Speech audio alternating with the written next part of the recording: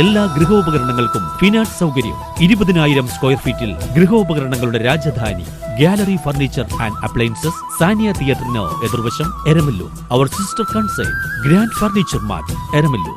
45 വർഷത്തെ പാരമ്പര്യമാണ്. വാടക വീട്ടിൽ മാരക ആയുധങ്ങളുമായി അതിക്രമിച്ചു കയറി പണം കവർന്ന കേസിൽ 5 പേർ അറസ്റ്റ്.